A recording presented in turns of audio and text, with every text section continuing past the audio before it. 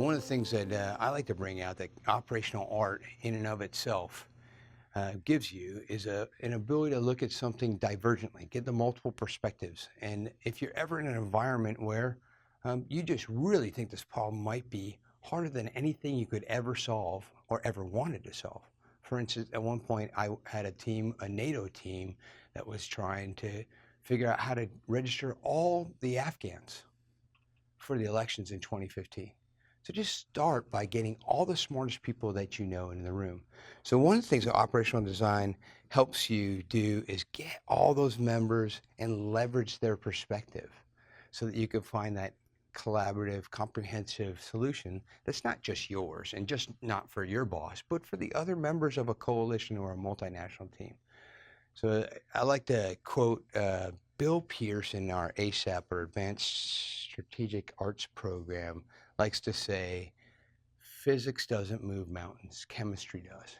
And I just think that's so key because one of the largest skill sets that we can give to our graduates is one that says, I may be in a room of people that I don't really like, but I can work with them and use their perspectives and their agendas and find a solution to almost every problem set. And that's very important to teach. So that's why I like operational art. Another reason is, if you go in our theorists, it ties back to our theorists. Early on in our studies in every core curriculum for the resident school, we talk about Clausewitz and Jomini, and they both say you have to have this genius of a guy that intertwines art and knowledge and science to win at war, right? So, and when I read that as a young officer, I I was overwhelmed that I would never be that person, right? But if you take these tools that we teach here, one of them is operational art. You figure out, wait, you know, you don't really need to be a genius, right? You got to get all the smartest people in a room, and then be careful not to get into groupthink and biased, right? Uh, Open your mind, take the diverse perspectives of others, and then have a little bit of chaos, right?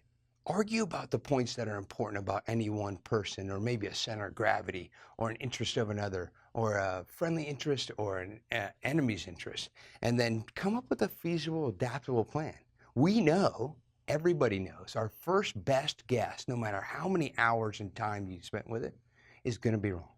So make it adaptive. No, make sure it can change over time. So that's kind of the first step. And then the key part of being an instructor here, will pull all of the seminar together.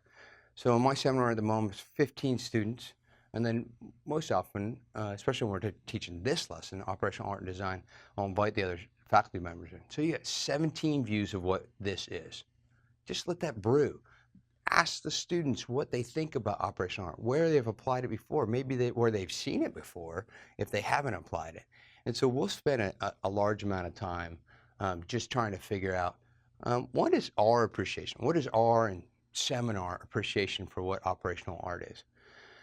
So that's step one. Right after that, as soon as we can get through that discussion, we go into complex adaptive systems. Complex adaptive systems are those ill-structured, wicked problems where you cannot make a correlation by what you apply, the energy you apply to a system, and what will occur inside the system. There are literally so many pieces, parts, models, people, organizations in the system. You don't know. As a matter of fact, you're 100% sure you'll never see all the effects of what you cause when you put the energy in the system. Let's say you come over the top with a military action. It affects all kinds of an operational environment. So when you discuss that with the students, that opens their minds. The fact that you don't have to have the exact solution. It's not going to be there. You have to have a solution that's adaptive. So again, we go around Socratically and pull that apart. What are complex systems, and how is it that you can figure through a complex system? Now we're diving back to our strategic leadership lessons, right? It's back to DCLM, Department of Command Leadership and Management, and what they teach us about complex adaptive systems. So all that really says is that operational art is applicable. And design thinking, or operational design, depending on the words you use, is largely applicable to solving these complex problems. So design thinking, you have all kinds of operational and doctrinal definitions of what it is, but it's really quite simple. So the first step of the purpose of design is to achieve a broader understanding. Get diverse and figure out all the different intangible and tangible things you've never thought about this operational environment. Then make a decision about what the problem is. This is more often than not where we make the mistake. The American military mind says we've got to figure out what the problem is first, and then we'll decide what the environment looks like. Well, no, that's kind of backwards. So oftentimes we frame the problem wrong. This is where we can get it right. Take your time, figure out that environment, decide what the problem is, and then lastly, communicate it in a conceptual way that your whole team can get it. Not just the Americans, not just the ones that are on the team right now, but every member of the team from the strategic level all the way down to the tactical level. And that's I think that's probably the hardest part, to get from the place where you have a problem set down into that conceptual and sometimes tactical way to resolve it. So about that point, you're brewing on how do you do that? You're back to the Socratic method. How do you, boy, wait, now I'm kind of getting it. It's a 3-step process. So then we dive into operational art. So one of the best ways to think about operational art for me is to put a commander with one hand at the bottom of the ceiling. That is the national policy, strategic guidance strategy level. And he's got to hold that up and understand all that's there. And his other hand is down at the floor at the tactical level. And he understands, he is the bridge between those two levels. And he and his staff have to translate this strategic action into tactical effort by the end of operational art. Now, the only way to really do that is this thing called operational design. And you want to get into that. All the guys, literally everyone who's ever had their hand on a problem set now decides, or maybe has done operational design, wants to be in the class and kind of show his seminar mates that he or she is very adept at this. Will want to talk, but you got to stop. You got to hold back. You go to operational art, and you go back, and you've got to make sure that everyone in the seminar at this point gets operational art before you move on to design. And this is, again, shared from multiple faculty members to me about how to get it right. Never leave a subject without treating it fully. Make sure that the international fellows in the room, or you have a civilian from one of our departments or agencies that's in the room that's never ever even touched this operational design thing. Make sure they understand. This is really simple. So operational art is a way for commanders to integrate. They integrate 3 things: strategic ends, what to do. Okay, you're going to have guidance. There's always guidance. Sometimes it's informal. Sometimes it's a speech by a president, but you'll know what you have to do. Number 2, concrete tactical means, what to do with that guidance, what to do with what we're trying to do. And then lastly, in a manner that creative produces the ways, the how to do it. So that's that all-encompassing art. So from the conceptual strategic to the concrete tactical in a conceptual way that's explainable to your team. Again, you're going back to that. Anything that you create here shouldn't just be explainable and understandable to your staff and the people who have dabbled in it, because it might be so detailed and so hard to teach. It should be understandable to everybody. And that way you can really push for success. So that's really where I make the leap and go into operational design. Before I do that, I try to pull it back to theory and pull it back to Clausewitz and the Jominians and what we teach in theory of war and strategy. We call that as the kind of the commander skill. It's where campaigns are created. It's that brilliant skill, judgment, expertise all rolled into one, that a commander who's got 2 or 3 stars on his chest and he knows exactly what to do. Clausewitz called that Kudo. And it's just incredible that a guy way back, this is the key thing. What he didn't give us a solution to get that Kudo. And what operational art and the discussion of operational design is a way for staffs and supporting elements of a team to give that commander that Kudo in any one situation. So right about there is where I take the break, the first break. You've treated art with full understanding. Your team has a good sense of it, and then we take a break. As we take that break, you'll see people kind of go have aha moments, or you'll see guys go, "Oh no, I've known this all along," which is all good. That's all part of the perspective. And right after the break, we jump into operational design. And I think operational design has gone through a number of years of very interesting development. I first knocked into it with my studies with Fort Leavenworth, and very early on we've changed it. We teach joint operational design from JP50, where most of us Army officers have come up through is Army design methodology. They're a bit different. So for guys who have been operational designers in the Army sense and been on Army staffs their whole life, it takes a jump, even though they may not be expecting, in a couple of different ways. It's not real hard, but you have to realize it is different. And when you go on a joint team, it will be different, and they'll speak in different terms. So operational design, real simple, and this is one of the lessons, part of the lessons where you might come in with 10 slides on operational design. You can do this with one, as long as you bring the Socratic method to bear. So operational design, really a construct and a framework to come out with an operational approach to solve a problem.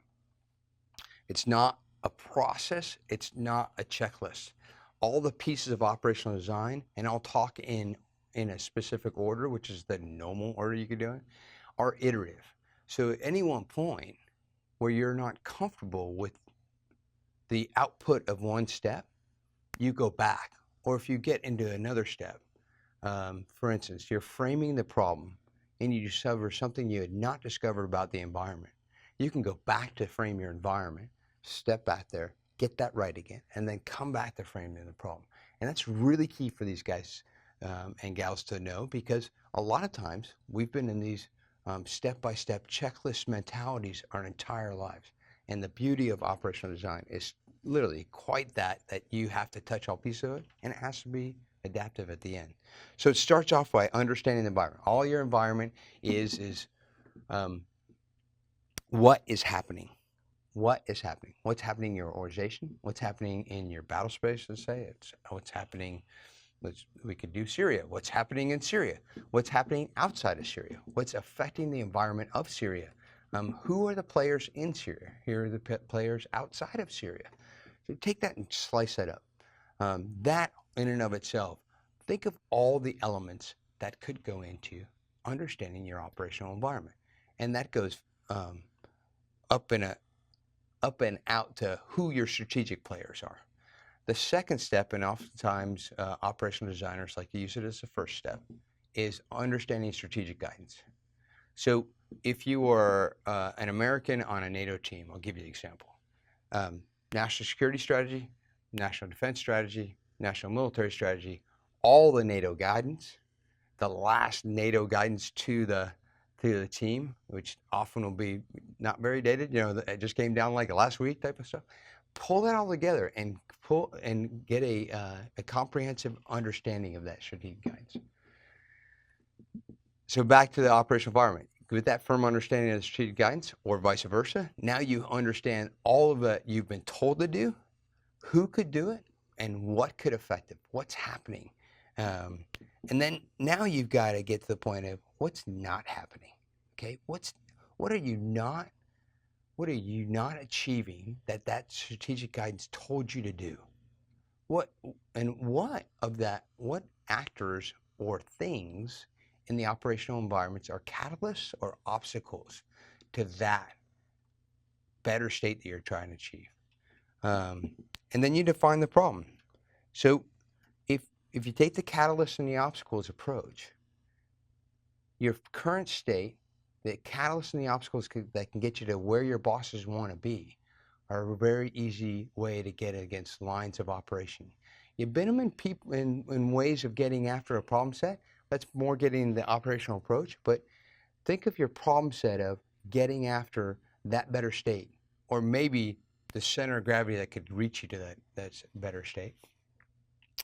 And then, so how can you influence the action of those catalysts and obstacles? How can you stop the people that are standing in your way or get around them? And how can you, I wouldn't say exploit, it's probably a bad word, but how can you assist the people who are being catalysts? How can you get more gas in their tank? How can you give them more resources? How can you get them on the team? Or even maybe they have different obstacles than you. How can you can describe the obstacles to them so they can do better? So that defines your problem set. Once you define your problem set, then you're in the point where you have to develop your operational approach. Now, mind you, at any one point of this thing where you get really off balance, you might want to just go back and go, wait, is that operational environment, or was this a problem set? Or I'll give you an example. Last year, right in the middle of our course, out comes the national, the NSS, the National Strategic Strategy. Wait a second. Now, I'm literally operational design mode. Let's go back to the lessons that have that in it, and let's craft a way to use them. So in the operational approach, you basically take the definition of the problem and apply it to an approach that conceptually gets after that. One of the key pieces of the operational approach is making it adaptive enough for change, because it's going to change over time. Many of the pieces and parts that we put together, for instance, in Joint Warfare and Advanced Studies program, they are designed to be multi-year approaches. So you know each year you're going to come back to this. So how do you see when you need to change? So there's a very, very distinct way to do that through assessments, and knowing what your catalysts and obstacles are can get you there. And at that point, we kind of back out and let's talk about how to do all four of those events. Obviously, as in a seminar, you'd be talking all the way through probably each step, getting the students to play back, but apply it against a current day problem set. Find something that's today, China, for instance, in the South China Sea, or maybe Syria, or in my instance, maybe we'll go talk about Turkey and see what you could pull out in just a short session. Let's do 45 minutes of just framing the environment and see how the students would go.